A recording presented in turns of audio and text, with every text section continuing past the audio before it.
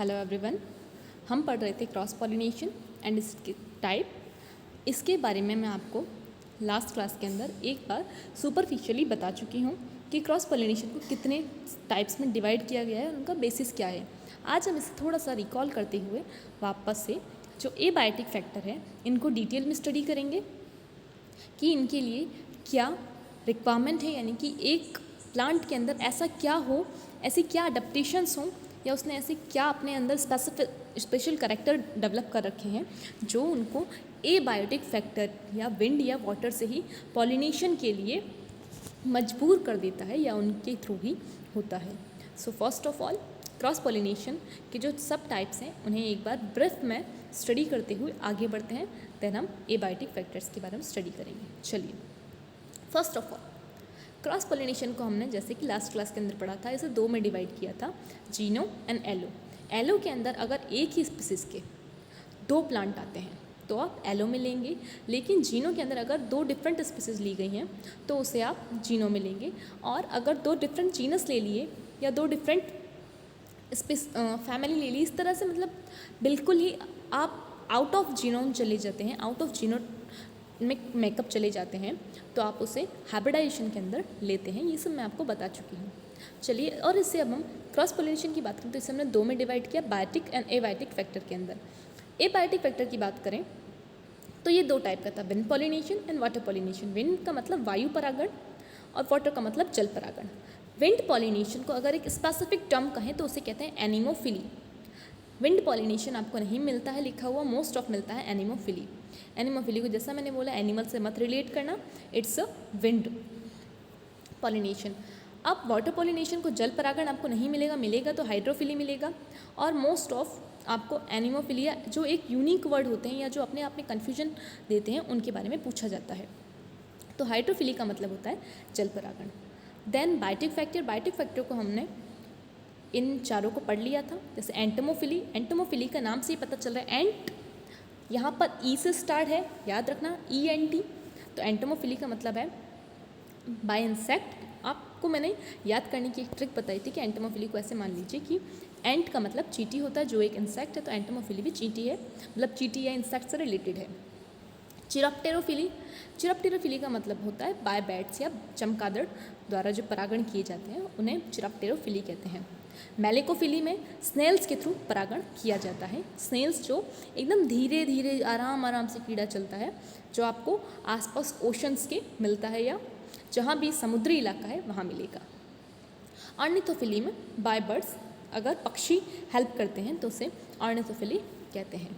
चलिए, अब अडेप्टेशंस पढ़ते हैं कि एबायोटिक फैक्टर में विंड या वाटर पॉलिनेशन के लिए प्लांट के पास क्या अडेप्टेशन होते हैं, एंड देन इनके थोड़े से एग्जाम्पल पढ़ेंगे। ये सब मैं आपको बता चुकी थी, क्रॉस पॉलिनेशन और ये सारे अडेप्टेशंस। ये जो अडेप्टेशंस हैं ये अडेप्टेशंस क्रॉस पॉलिनेशन के लिए हैं कि प्लांट के अंदर क्रॉस पॉलिनेशन हो तब क्या रिक्वायर है। यानी कि एक प्लांट को सेल्फ और क्रॉस दो पॉलिनेशन होते हैं, तो अगर हम मेजर बात करें कि क्रॉस पॉलिनेशन के लिए क्या रिक्वायर है तो सेल्फ स्टेरिलिटी, कि वो प्लांट खुद के पोलन को स्टिग्मा पर पहुंचने पर रिएक्ट ना करे। यूनिसेक्सुअल हो, कोई भी एक सेक्स ही मौजूद हो एक फ्लावर के अंदर, यानी कि या तो प्लांट मेल हो या फिर प्लांट फीमेल हो। डाइकोगेमी, डाइकोगेमी का मतलब उनके अंदर डिफरेंट टाइप हो मैच्योरेशन का, दोनों ही male and female reproductive organ different time पे मैच्योर हों। हर्कोगेमी, उनके जो रिप्रोडक्टिव ऑर्गन्स हैं उनके बीच में कोई ना कोई बैरियर हो या अड़चन हो जो कि उसकी पोलन्स को स्टिग्मा तक या स्टिग्मा को पोलन्स तक पहुँचने में रोकती हो। हेट्रोस्टाइली, डिफरेंट लेंथ की स्टाइल या डिफरेंट लेंथ के जो फिलामेंट हैं, स्टेमन हैं, उस वजह से ये आपस में इंटरेक्ट ना कर पाते हैं। ये सारी क्रॉस पॉलिनेशंस के अडेप्टेशन थे। लेकिन हमें किसके बारे में पढ़ना है, हमें पढ़ना है एबायोटिक फैक्टर में क्या अडेप्टेशंस होते हैं, यानी कि विंड पॉलिनेशन की पहले पढ़ेंगे फिर वाटर पॉलिनेशन के। तो चलिए स्टार्ट करते हैं। First of all abiotic factor.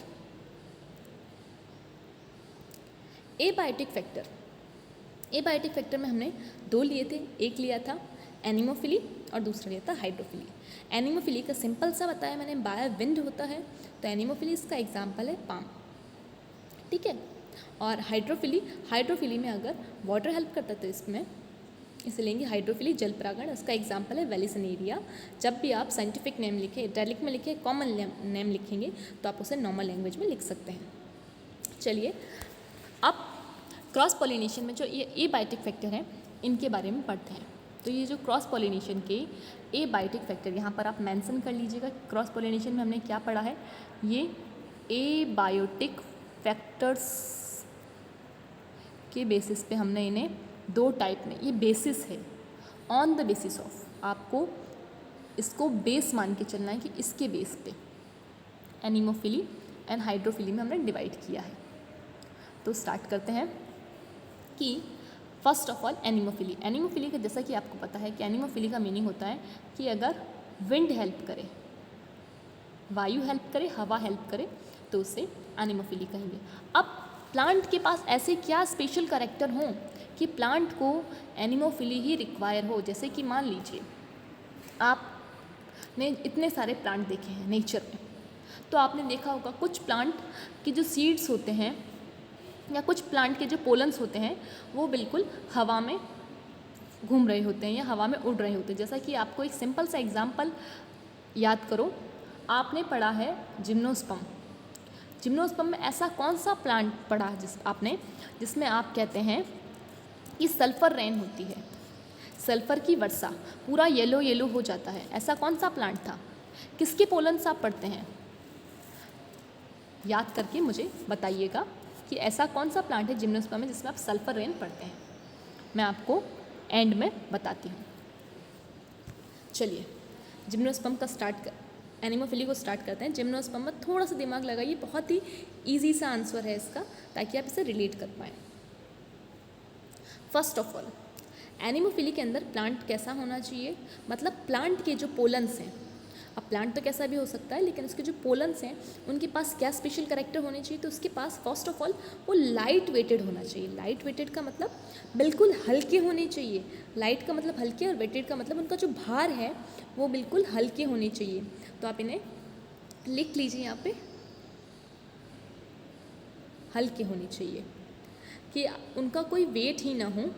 तो इतने अगर हल्के होंगे तभी वो हवा से इधर से उधर मूव कर पाएंगे, वरना नहीं कर पाएंगे। ये तो आपको पता है। चलिए सेकंड पॉइंट कि ये जो फ्लावर हैं, ये इनके अंदर जितने भी पोलन्स बनेंगे वो मैक्सिमम नंबर में होने चाहिए। अब देखिए हर एक के पीछे रीज़न है। लाइट वेटेड क्यों होने चाहिए? क्योंकि हवा से अगर किसी को एयर से उन्हें जाना है, विंड से जाना है, तो अगर वो भारी होंगे तो वो उस एयर में फ्लोट ही नहीं कर पाएंगे, उड़ ही नहीं पाएंगे हवा के साथ। तो इसलिए वो हल्के होने चाहिए।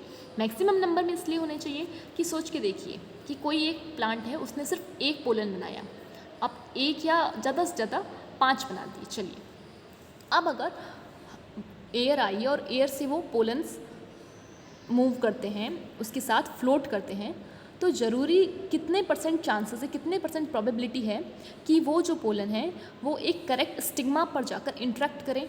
5 पोलन्स थे, अगर उनके आसपास में कोई प्लांट ही नहीं है तो वो उस प्लांट से इंटरेक्ट नहीं कर पाएंगे, और यहीं कहीं अगर हवा बंद हो जाती है किसी भी रीज़न से, वो अगर कहीं अटक जाते हैं तो वो 5 पोलन तो एक सही जगह तक नहीं पहुंच पाएंगे। और इस तरह से धीरे धीरे प्लांट का जो एग्जिस्टेंस है, जो उसका अस्तित्व है, वो ख़त्म हो जाएगा।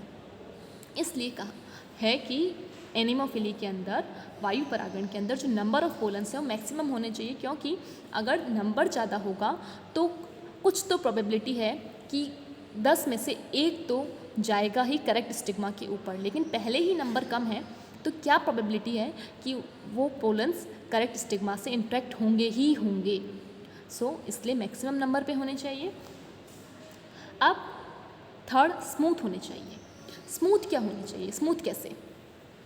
तो जैसा कि आपको पता है कि अगर वो थोड़े से भी उनके अंदर कोई भी तरह का अपेंडिजेस निकला है, या तो वो थोड़े से भी स्टिकी हैं, अगर वो स्टिकी होंगे या इस तरह का उनके अंदर कुछ भी रफनेस पाई गई, तो वो उस प्लांट के अंदर या जो उस प्लांट का जो पोलन चैम्बर है उससे ही अटके रह जाएंगे और हवा उन्हें नहीं निकाल पाएगी। इस वजह से वो स्मूथ होने चाहिए, ताकि जैसे ही हवा चले, जैसे ही एयर ब्लो हो, वो उसके साथ चले जाएं।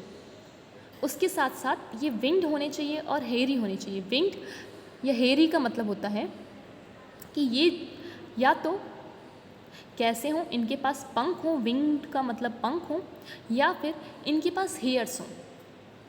हेयर्स यानी कि किसी भी तरह के हेयर स्ट्रक्चर हो, बाल लाइक स्ट्रक्चर हो, ठीक है, हेयर्स प्रेजेंट हो। तो अब यहाँ पर देखिए, यहाँ पर जो मैंने आपको जिम्नोस्पर्म का एग्जाम्पल पूछा था, अब थोड़ा और दिमाग पे जोर डालिए, ऐसा कौन सा लेते हैं आप पोलन? जी, सल्फर रेन आप पाइनस के अंदर पढ़ते हैं, पाइनस के अंदर आप कहते हैं सल्फर रेन। अब जब आप उसके पोलन का स्ट्रक्चर बनाते हैं तो कुछ आप इस तरह का स्ट्रक्चर बनाते हैं। तो ये वाला जो पोर्शन है ये उसको एज अ विंग हेल्प करता है, और यही है जो उसको एयर में फ्लोट होने में हेल्प करते हैं।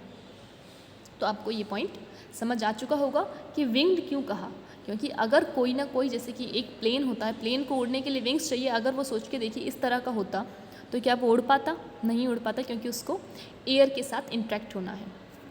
तो यहाँ पर भी इनके पास विंग्स होने चाहिए या कोई ना कोई ऐसा अपेंडेजेज हो जो एयर के अंदर फ्लोट कर पाए, जिससे कि वो आराम से एक जगह से दूसरी जगह पहुंच पाएँ और ज़्यादा डिस्टेंस कवर कर पाएँ एयर के साथ साथ। अब हेयर्स का एक अच्छा सा एग्जाम्पल आप याद कीजिए, अभी अभी मैंने बताया था कैलोट्रोपिस। कैलोट्रोपिस का सीड आपने देखा है, वो सीड होता है ना कि पोलन। मैं सिर्फ एग्जाम्पल बता रही हूँ कि आपने उस सीड के अंदर इस तरह का स्ट्रक्चर देखा होगा कि बीच में आपको एक छोटा सा ऐसा दिखता है और उसके यहाँ पे बहुत सारे हेयर्स दिखते हैं, और ये हेयर्स हेल्प करते हैं उसको एयर में उड़ने में या हवा के साथ मूव करने में। तो ये आपको एग्जाम्पल समझ में आ चुके होंगे कि ये जो पॉइंट्स हैं ये पॉइंट्स क्यों ज़रूरी हैं। इसके बाद आता है कि ठीक है, ये सब तो होना चाहिए। अब यहाँ पर एक पॉइंट और लिखिएगा कि ये तो हो गई पोलन्स की बात, कि एक पोलन्स में क्या खासियत होनी चाहिए। अब इन पोलन्स के साथ साथ स्टिग्मा की अगर हम बात करें, क्योंकि पोलन में तो पॉलिनेशन के अंदर पोलन्स एंड स्टिग्मा दोनों ही रोल प्ले करते हैं। तो अगर हम स्टिग्मा की बात करें तो यहाँ पर स्टिग्मा थोड़ी लॉन्ग होनी चाहिए, ठीक है, उसके साथ लॉन्ग होनी चाहिए, हेयरी हो या फैदरी हो। हेयरी या फैदरी का मतलब इस तरह से बाहर ऐसे स्विंग करें ताकि जो भी पोलन हवा में जा रहे हैं उनको वो दूर से ही कैप्चर कर पाए, दूर से ही पकड़ पाए। वरना बहुत रेयर चांसेस होते हैं कि कोई अगर एकदम कोई फ्लावर है उसके अंदर की साइड स्टिग्मा है और वहाँ तक कोई पोलन पहुँच पाए, इसलिए स्टिग्मा को भी थोड़ा सा अपने अंदर अडेप्टेशंस करने पड़ते हैं। दैट मीन कि पोलन्स और स्टिग्मा दोनों थोड़े थोड़े मॉडिफाइड होते हैं, तब एनिमोफिली कंप्लीट हो पाता है। लॉन्ग हो, स्टिकी हो, स्टिग्मा स्टिकी होनी चाहिए। यहाँ पर ये बात याद रखना, स्टिग्मा स्टिकी होनी चाहिए एनिमोफिली के अंदर, लेकिन पोलन्स स्टिकी नहीं होने चाहिए, क्योंकि ये फिर उड़ नहीं पाएंगे।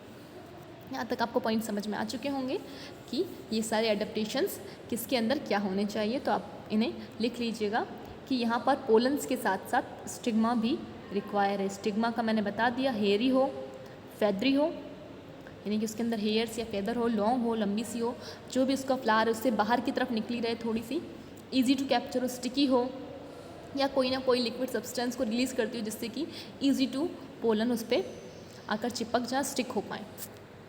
यहाँ तक की बात होती है फिनिश। अब जो लास्ट पॉइंट है एनिमोफिली के, आपकी एडेप्टेशन समझ में आ गए। अब क्या चीज़ नहीं होनी चाहिए, या एक प्लांट कुछ बनाता है तो वो कुछ ना कुछ उसके बेनिफिशियल पॉइंट के हिसाब से बनाता है, और अगर उसने ऐसी कोई चीज़ बना दी जो वहाँ पर हेल्प ही नहीं कर रही है तो वो ना हो, वो ज़्यादा बेटर है। इसलिए प्लांट अगर एनिमोफिली के अंदर कैसा हो, लेस या नॉट, मतलब लेस या बिल्कुल ना के बराबर या बिल्कुल नहीं हो तो भी चलेगा। अगर प्लांट कलरफुल नहीं है तो भी चलेगा। प्लांट नेक्टर रिप्रोड्यूस नहीं करता है, मतलब नेक्टर को प्रोड्यूस नहीं करता है तो भी चलेगा। उसके अंदर किसी तरह की फ्रेगनेंस नहीं है तो भी चलेगा। अब नेक्टर क्या होता है, नेक्टर को हिंदी में कहते हैं मकरंद। आपने प्लांट को देखा होगा कि कई प्लांट के अंदर इस तरह से फ्लावर होते हैं, उनके अंदर कुछ ऐसे सब्सटेंस होते हैं जिनके अंदर कोई बर्ड्स या कुछ ना कुछ इंसेक्ट्स वगैरह उसे फीड करते हैं, उसे कहते हैं नेक्टर या मकरंद। ये मकरंद एक तरह से ट्रैपिंग का काम करता है, एक जाल का काम करता है। ये क्या करता है, ये as a food source and जो भी बर्ड्स होते हैं या जो इंसेक्ट्स वगैरह होते हैं उन्हें प्रोवाइड करता है, और उसके बदले में ये अपना पॉलिनेशन या जो भी इसकी रिक्वायरमेंट होती है उसे कंप्लीट करवाता है। तो नेक्टर ना हो तो भी चलेगा, क्योंकि यहाँ तो एनिमोफिली हो रहा है ना, क्योंकि एयर रिस्पॉन्सिबल है। एयर को तो खाना नहीं है मकरंद, या एयर को तो इस मकरंद से कोई फ़ायदा नहीं है नेक्टर से, तो यहाँ पर नेक्टर ना हो तो भी चलेगा। कलर, एयर कौन सा कलर देख के अट्रैक्ट होती है कि रेड फ्लावर के पास ही जाएगी या फिर पिंक फ्लावर के पास ही जाएगी। एयर जो भी लाइट वेटेड होगी, जिनके पास भी ये वाले अडेप्टेशंस होंगे, एयर उन्हें कर देगी, तो कलर की भी कोई रिक्वायरमेंट नहीं होती है। फ्रेगनेंस, क्या एयर को, फ्रेगनेंस का मतलब होता है किसी भी तरह की सुगंध। तो अगर प्लांट स्मेल भी करता हो, मान के चलिए कि अगर प्लांट स्मेल भी कर रहा है लेकिन उसके पास ये सारे अडेप्टेशंस हैं, तो भी एयर उसका पॉलिनेशन कर देगी। तो आपको ये पॉइंट समझ में आ चुके होंगे कि रिक्वायर क्या है और क्या नहीं रिक्वायर है। तो ये चीज़ें रिक्वायर है, उसके साथ स्टिग्मा की कुछ बताए थे पॉइंट मैंने, वो रिक्वायर है, और ये जो पॉइंट हैं ये नहीं रिक्वायर है। तो आपको ये पॉइंट समझ में आ गए होंगे। चलिए अब इसके बाद में आता है हाइड्रोफिली। हाइड्रोफिली की बात करते हैं। तो हाइड्रोफिली का एक सिंपल सा एग्जाम्पल कि आप हाइड्रोफिली अपने प्लांट जितने भी हैं उनको देखा होगा, आप जब भी ओशंस के आसपास या जो समुद्री इलाके हैं यहाँ जाते हैं, या जो भी छोटे मोटे पॉन्ड हैं, आपने उनके अंदर जो प्लांट होते हैं उन्हें देखा होगा। अब थोड़ा सा दिमाग लगाइए, जो जो पॉइंट हमने यहाँ लिखे, क्या वो सारे ही हाइड्रोफिली में अगर हों तो इसको हेल्प नहीं करेंगे। हाइड्रोफिली का मतलब होता है जल परागण, वाटर हेल्प करना चाहिए। अब प्लांट वाटर के अंदर है, उसके लिए भी प्लांट को एनिमोफिली की तरह ही करेक्टर चाहिए होते हैं पोलन्स को, जैसे कि वो लाइट वेटेड हो, क्योंकि अगर हैवी होगा, अगर पोलन हेवी होगा तो वो जाकर बॉटम में बैठ जाएगा। जो पानी का जो भी वाटर सोर्स है उसका जो तल होता है वहाँ पर वो जो हैवी होते ही वो बैठ जाएगा, या वो कहीं ना कहीं नीचे की तरफ फ्लोट करेगा, वो उस पानी के बहाव के साथ नहीं चलेगा। तो हैवी नहीं होना चाहिए, लाइट वेटेड हो, मैक्सिमम नंबर में हो, क्योंकि पानी में भी जो प्रोबेबिलिटी है कि कितने % इंट्रैक्शन हो पाएगा वो बहुत कम होती है, इसलिए 100 में से कम 10 तो होंगे। तो इसलिए नंबर मैक्सिमम होना चाहिए। स्मूथ होने चाहिए, क्योंकि स्टिकी होंगे तो पोलन्स चिपक जाएंगे, और पोलन्स की चिपक जाने पर अगर वाटर करंट आता है तो स्मूथ को तो वो लेके जा सकता है, लेकिन अगर उनके अंदर किसी तरह का अपेंडिजेस है या वो थोड़े से भी स्टिकी हैं तो वो अपने ही फ्लावर के जो पोलन चैम्बर है, जो एंथर है, उससे चिपक जाएंगे और वो उस वाटर करंट के साथ मूव नहीं कर पाएंगे। इसके बाद आता है विंग्ड या हैरी नहीं हो चलेगा, क्योंकि विंग्ड या हैरी का यहाँ पे कोई मतलब नहीं है, वो तो वाटर में भीग जाएंगे। अब यहाँ तक कि आपको करेक्टर समझ में आ गए होंगे। अब इसके साथ साथ ये भी है कि अगर वो उसके पास ये सब चीज़ें नहीं हैं तो चलेगा, वो ज़रूरी नहीं कलरफुल हो, ज़रूरी नहीं उसके पास नेक्टर हो या फ्रेगनेंस हो, ये सब ना हो तो भी उस प्लांट के अंदर पॉलिनेशन हो जाता है। तो सिंपल सी चीज़ यहाँ पर मैं ये समझाना चाह रही हूँ आपको कि एनिमोफिली और हाइड्रोफिली दोनों ही किस पे डिपेंड करते हैं, एबायोटिक फैक्टर पे। और एबायोटिक फैक्टर क्या है, हिंदी में कहें तो अजैविक। अजैविक मतलब उसे किसी भी तरह का लालच नहीं है, दैट मीन उसे किसी भी तरह का आप चाहें कि आप उसे नेक्टर दे दें या आप उसे किसी तरह की फ्रेगनेंस या कलर से अट्रैक्ट कर पाएँ, तो ये सब इन पर नहीं असर करती है। इस वजह से अगर प्लांट ऐसा कुछ डेवलप करता भी है तो प्लांट का अपनी एनर्जी को वेस्ट करने का मोटिव हुआ, तो इनकी रिक्वायर ही नहीं है तो प्लांट इन्हें क्यों बनाए। और अगर वो थोड़ा बहुत बना भी लेता है तो कोई घाटा नहीं है, मतलब पर न के बराबर, जैसे मैंने लिखा है लेस या नॉट रिक्वायर है। तो आपको यहाँ पे पॉइंट आई होप क्लियर हो गया हो कि ये क्या कहना चाह रहा है। अब ये दोनों पॉइंट आपको समझ में आ चुके होंगे कि इनके अंदर क्या रिक्वायर है क्या नहीं। हाँ, अब हाइड्रोफिली के अंदर भी इनकी जो स्टिग्मा है वो इनकी स्टिग्मा यहाँ पर स्टिकी होनी चाहिए, एज लाइक एनिमोफिली। इनकी भी स्टिग्मा स्टिकी हो और बाहर की तरफ फ्लोट करती हो, ताकि वो दूर से ही लॉन्ग हो, फ्लोट करती हो और थोड़ा सा जो फ्लावर के जो अपेंडिजेस हैं उनसे थोड़ी सी बाहर की तरफ हो, ताकि वो ईजी टू जो पोलन से उन्हें कैप्चर कर पाए। तो यहाँ पर आपको एनिमोफिली और हाइड्रोफिली के दोनों ही कैरेक्टर को सेम पढ़ना है, सिर्फ इसको नहीं पढ़ना है हाइड्रोफिली के अंदर, ये नहीं है, बाकी ऑलमोस्ट सेम है। अब यहाँ तक आपको ये पॉइंट सारे समझ में आ गए हों। अब हाइड्रोफिली के अंदर हम दो टाइप्स पढ़ते हैं, एक होते हैं सबमर्ज्ड प्लांट और दूसरे होते हैं फ्लोटिंग प्लांट। जैसा कि सबमर्ज्ड प्लांट का आपको पता है कि ऐसे प्लांट जो कि पानी के अंदर डूबे हुए रहते हैं और ऐसे प्लांट जो कि उसकी सरफेस पे फ्लोट कर रहे होते हैं, तैर रहे होते हैं।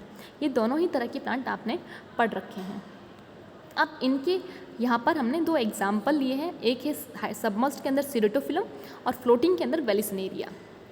तो ये हम इनके अंदर किस तरह से पॉलिनेशन होता है ये हम नेक्स्ट क्लास के अंदर पढ़ेंगे। चलिए, अगर आपको इनके अंदर कोई डाउट हो तो आप मुझसे पूछ लीजिएगा। टिल देन लर्न करते रहिए। Thank you.